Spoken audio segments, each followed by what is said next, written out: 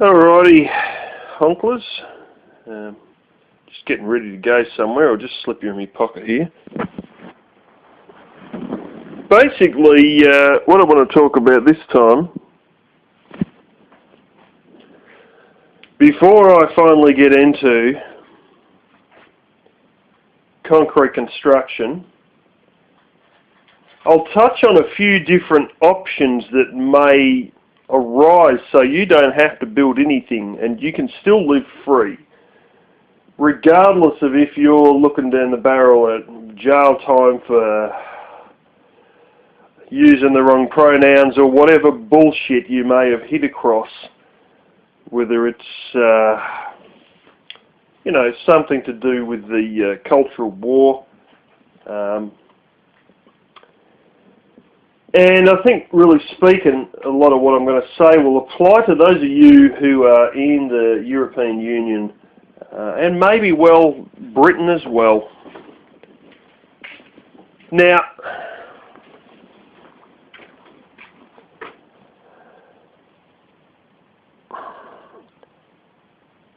with a lot of things, there's always a second option, and you've got to know about this second option.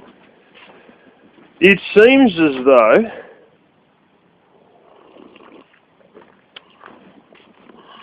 quite simply there's elements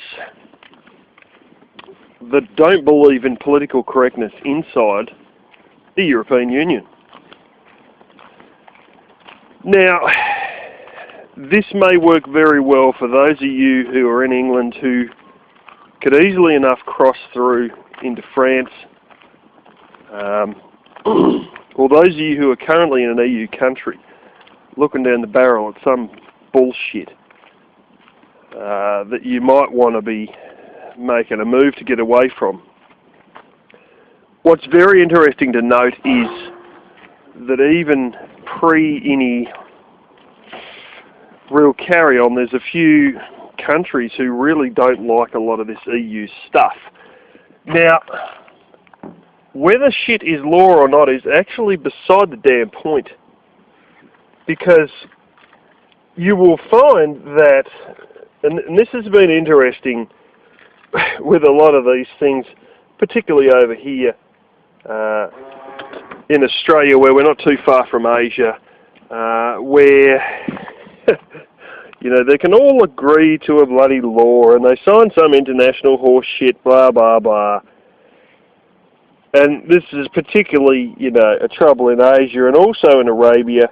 And I think Africa's a good one for this too. I think Africa's an absolute ripper for it. They pass a law, but there's a complete unwillingness to enforce it. Now, as much as Hungary might be a part of the EU,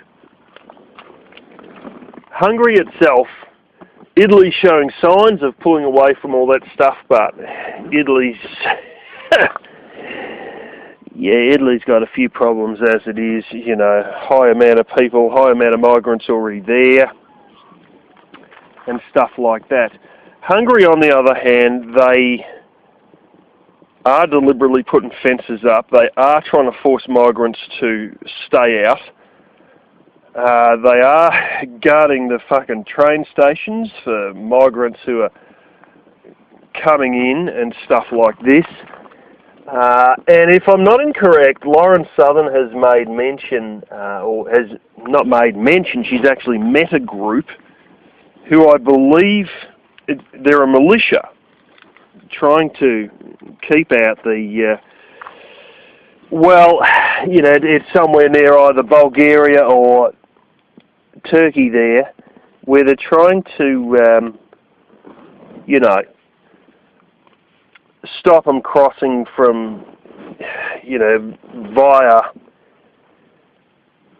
migrants crossing from Turkey into Bulgaria. Because you've got to realise Turkey and Bulgaria are next door. I used to work with a Bulgarian, and, the Bulgarians and the Turks sort of go back and forward between each other's country quite regularly, and of course the migrants have worked this out, and then they're trying to, just force their way through into the EU via Bulgaria or something like that, I believe. Now, Bulgaria is probably another good option, as is Hungary, because neither of these places are very tolerant to political correctness. Bulgaria is interesting in the fact that it's one of the few countries that at the rate it's going, for the amount of people that left it, it's going to be empty before too long. I mean, it's not a country that's actually growing, it's a country that's emptying out. No migrant wants to stay there, there's no money there. That's the exact same reason that none of the locals want to stay there either. It's emptying out very quickly. Having said that, you have a lot of real estate there with nobody in it that you could just move into and no one would really give a fuck.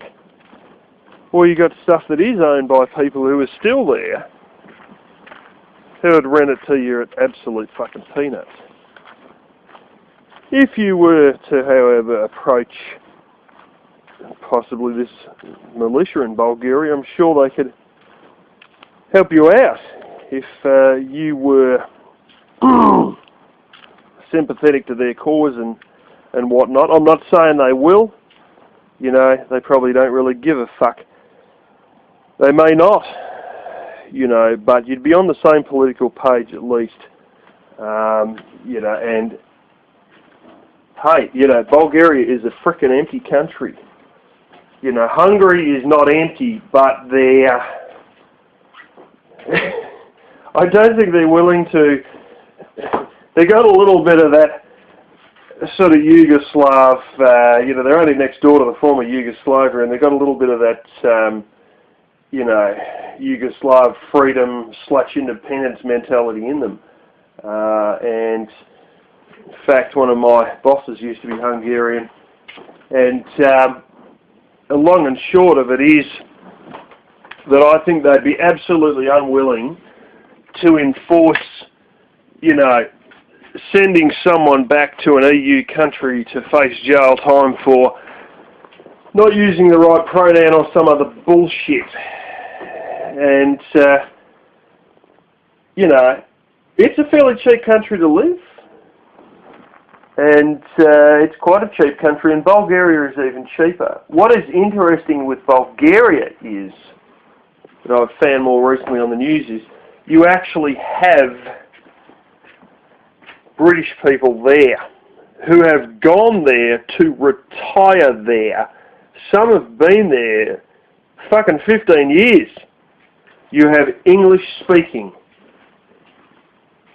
British people there that have been there for 15 years. They know their way around the place, they know the costs of things, and there's a bit of a rapport. And I remember seeing a video by, oh damn, what is he, some motivational speaker.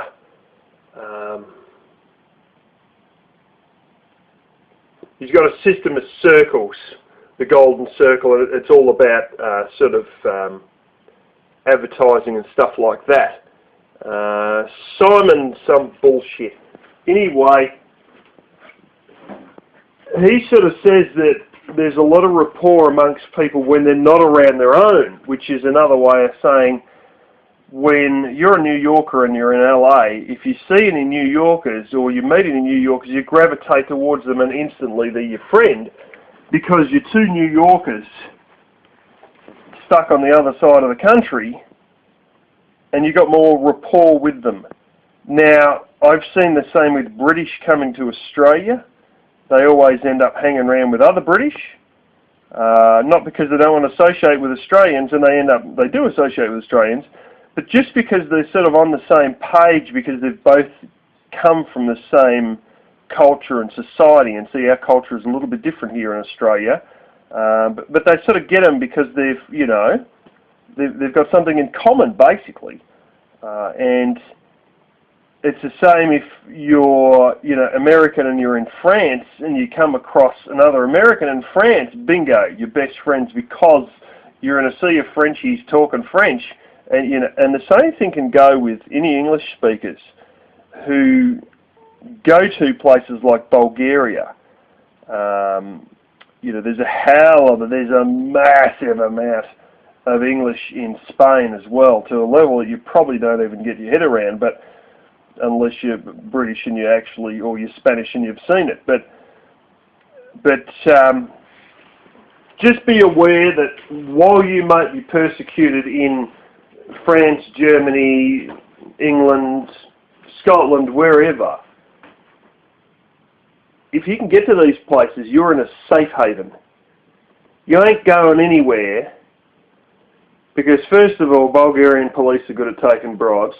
But second of all, if you even explain what was going on to them, they'd just go, oh, fuck that. We're not sending you out there for, and I think Hungarian cops, they probably wouldn't even want to take any bribes. They'd just hear what your so-called crime was and they'll just say, oh, fuck this, we're not going along with this because it's just bullshit. They're not allowing Clown World in some of these areas that are still in the EU. They're still in the EU. You can openly travel to them. They're not going to whack you in cuffs because you don't look like Mr. G had. It'll be fine. Especially if you can come in either via car or via train or some way where you really don't go through any real passport processing. You'll be fine. Interestingly enough, there's little tricks to do, and if you say, well, I'm going to be stuck until things change, and you've got someone that's willing to support you, whether it's, relatives, or even if you've got quite a bit of savings stacked away, or even if you've got some meagre share earnings, there's a way that you can live with all of this, especially with someone else who, can collect your dividends or whatever for you. Or somebody who, maybe your parents are sympathetic enough to, cover you for the time being, or a brother or a sister or whatever. It's so cheap to live in Bulgaria, and I think Hungary's probably not a hell of a lot dearer. I'm not too sure about Poland. That may also be a bit of an option because Poland has a lot of empty, shitty buildings and they look shit, but, it's something. But Hungary and Bulgaria, you'd definitely be right there. Bulgaria, especially for how cheap it is. I'm not too certain that Bulgaria is in the EU, though. They may not be. But, I think they are. I'm bloody certain they are, and that's why I saw the whole article on British in Bulgaria. But anyway, the fact is that you can commonly have a credit card now that doesn't even need to be in your name. It can be a standardised, like a Visa debit or something like that. Doesn't even need to be in your name. And it's probably better that it's not in your name because they can't freeze the bloody thing if it's not in your name. It doesn't stop you from using that in a foreign country while you have two copies of the same card, or you just have someone putting money from their account into their card account while you're using the card in Hungary or Bulgaria. So you could have, say, your mum or your sister or your brother or whatever, and their name will be on that card. And all they're doing is just transferring a bit of cash from their bank account into that card account, and you have the card in Hungary. And guess what? You have money to live in a country that's very cheap to live in, while essentially being untouchable. I do recommend, if the culture war gets real savage, you don't want to be drawing money out of the same damn ATM every time because that is badly trackable. You may want to use it directly in shops, you may not. It's probably actually better just to use it in actual ATMs. And one of the, a lot of ATMs over here have cameras in them, but you go to the right places and all the right banks, and you might find that the older ATMs don't, you know. And it may not be a problem anyway if they can't touch you anyway, you know. But you got to realise that Eastern Europe itself has a fucking shitload of empty buildings. As communism went down, a lot of this stuff went down with it. You know, it just, there's just, you know, there's basically masses of empty stuff. And all this stuff holds the water out, and yeah, you might be, you know, in there with a couple of pigeons and a few rats, but you know, the fact of the matter is that there's nothing that can't be sort of rebuilt inside against one corner of it or against one side of it. You know, whether it's with timber or with concrete or whatever, there's so many of these joints that are just abandoned or whatever, they're just ignored. You know, plenty of areas like that in plenty of these countries, you know. And it's one of these things that, you know, it's a very doable thing if you're somewhere in the EU or even in Britain and you can just manage to travel inside the EU. Once you hit the ground in France, you can effectively disappear off the fucking map, you know. Be aware, be very well aware that a lot of this cell phone stuff, it's loaded as fuck, you know. There's you want to have a little biscuit tin or easily enough alfoil and wrap your damn phone in it, you know. Just be very careful with that sort of shit because it is so fucking hackable that, you know, you ain't necessarily going to be fine. In terms of them tracking you with all this, now you're going to get some weird looks if you're seen on a plane with a phone wrapped in alfoil, but here's a hint, just keep it in your damn pocket. You know, you don't want to be passing through border control with alfoil wrapped around that phone either, because that'll be a fucking dead giveaway to any border control agents who have got brains.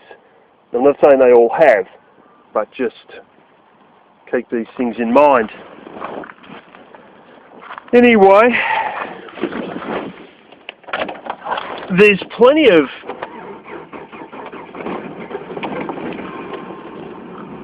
shitbox propane vehicles. This is my propane car, by the way. Getting a bit of a bad battery in it. There's plenty of you know, stuff in the right area of the United States that's abandoned as well. And you've got to realise that there's another option aside from all of this shit. And basically, that other option is vehicles. I might as well take this out of the... I've got just a little cheap machine here. It only cost me $4,000 on the road and everything. But you know, I'm 6'2" and I can lay in the back of this without a problem. And I've got a custom made mattress. You can very easily get a sponge foam mattress. You know, and it runs like a friggin' dream, this thing. Even though it's 17 years old, it runs like an absolute beauty. And low mileage, you know, and all that. But never mind that. That's one way that you can actually just live in a vehicle that's in someone else's name. And there's plenty of vehicles that are plonked in the right areas that nobody even takes any notice of. The right dumpy areas in the hood. No one takes notice of any vehicles that are just sitting there. Some of them don't have plates on them or anything. You know, and you know, people live in that. It is dangerous to live in a van in the hood. Having said that, if you're concerned, you want to keep on the move, or at least you need to go to a state where maybe in the deep south, where they're not going to, you know, send you back over some blasted wrong pronoun usage or some bullshit. You can keep on the move, and you can also, very interestingly, camp on BLM land. Now, this is government land, and people are there for, there's people that are there nearly year-round, you know. You don't want to stay in the one spot for any more than a couple of months because you're not supposed to. You're supposed to move on every few months or whatever, but if you're tucked in so far in there that nobody else knows you're in there, no ranger's going to have a problem with you being there, especially if they don't even know you're there. You know, and there's areas where out in the desert, there is no fucking rangers out in the desert, way out in the desert, because there's just not enough money to have rangers checking out BLM areas with no one fucking in them, generally speaking, you know? And so there's people that can hang out there in the desert, and they hang out there for fucking months on end. You don't want to do that without some sort of a solar system topping up your battery. But, you know, you can stay out there for fairly long periods. You'll need to get water to yourself somehow.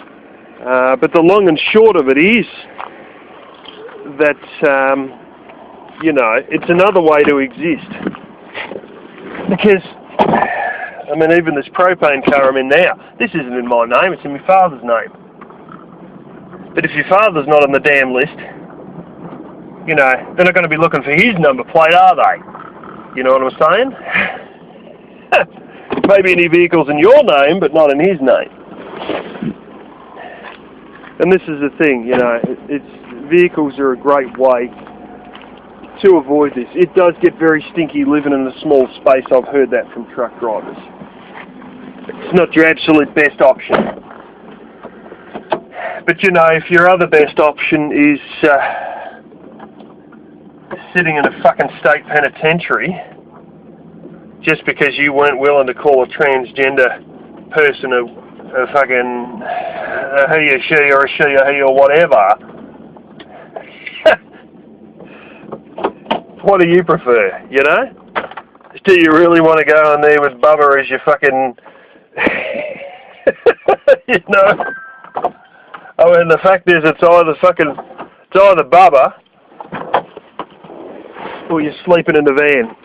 Now, with diesel vehicles, if you set it up correctly and you understand radiant heat and you have multiple pieces of sheet metal or even aluminum, but sheet metal is actually better because it doesn't conduct quite as quick as like steel's better because it doesn't conduct quite as quick as aluminum or aluminium or whatever you want to call it.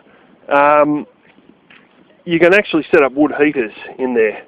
One of the things I will say about any wood heater activity, especially if you're in an abandoned building in Hungary or Bulgaria or something like that, try not to light the bloody thing until the sun goes down, because they can't see the smoke when the sun's gone down. You know what I'm saying? They can smell it, but they can't see it, so they don't know where it's coming from. You know. And that's one of those things too. So anyway, just a few thoughts. And what I was going to say about the vans is if you get a diesel van, you don't have any petrol fumes with the diesel van.